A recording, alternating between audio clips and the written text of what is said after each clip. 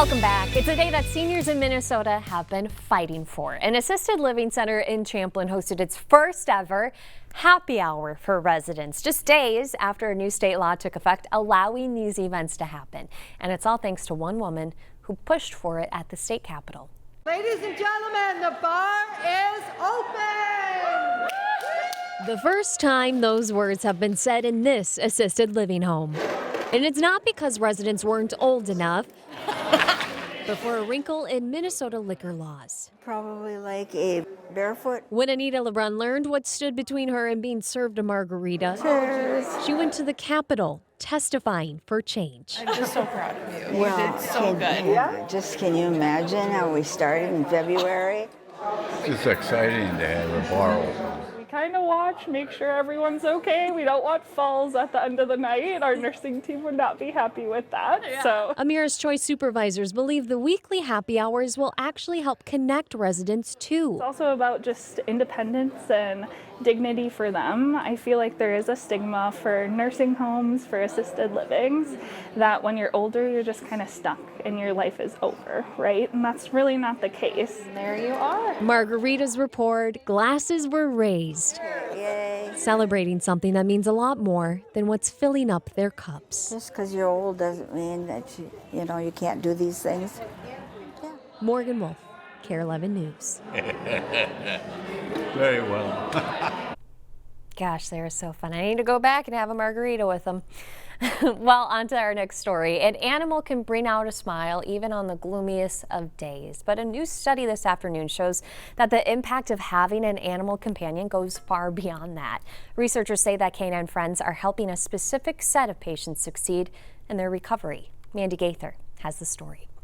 Decked out in the latest doggy workday fashion, Meyer is ready for his shift at Mayo Clinic, and this four-legged helper is supporting patients in more ways than one. We're kind of wired to be connected to nature, and dogs are just particularly good at creating that bond. Dr. Brent Bauer says a caring canine companion can benefit a wide variety of patients, but in this study published Monday, he and a team of researchers pinpointed patients rehabbing in the hospital after a stroke, testing whether animal-assisted therapy would make their recoveries more successful. We're asking them to do challenging things, to start moving again, to move differently. It's hard work. The research found that patients who interacted with therapy animals showed greater engagement in their treatment, increased physical activity, longer mobility, and lower stress compared with those who didn't have animals take part in their rehabilitation. We already have a very active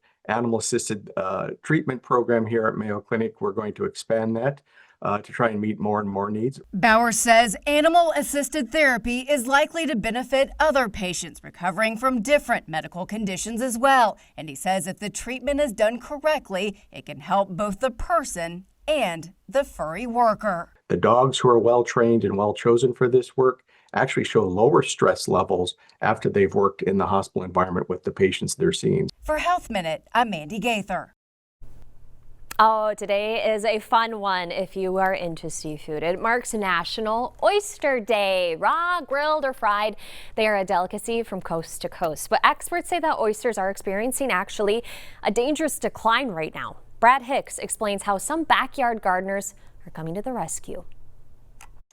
If you stumble on a volunteer event like this, oyster chains, or I don't even know what they're called, necklaces?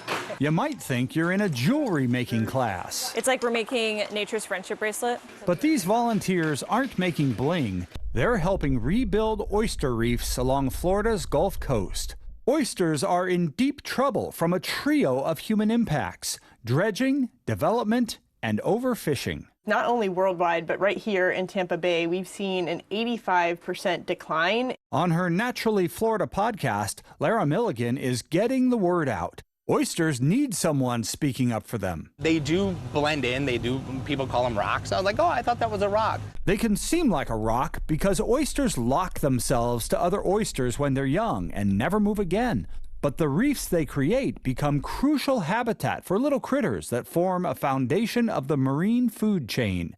They also clean a ridiculous amount of water. They can filter up to 2 gallons of water an hour. But when oyster reefs are removed, not only are the reproductive adults gone, so is the hard surface baby oysters need to land on to survive. When you add multiple stressors to a system, it's much easier for the system to fall apart. Which is why communities along the coast are making these vertical oyster gardens. It is definitely the easiest garden you'll ever plant, yes. They're simple. String the shells together and hang them from a dock. The shells provide the surface baby oysters need so they can grow into reproductive adults. Why I love them so much is because you really see the progress pretty soon. Glenn Richard put 10 of them on his dock in St. Petersburg. Probably weighs about 100 pounds right now. Restaurants provide the shells. We have recycled a little over 52,000 pounds of shells. And citizens provide the solution. You can actually see what you do makes a difference. In Florida, Brad Hicks reporting.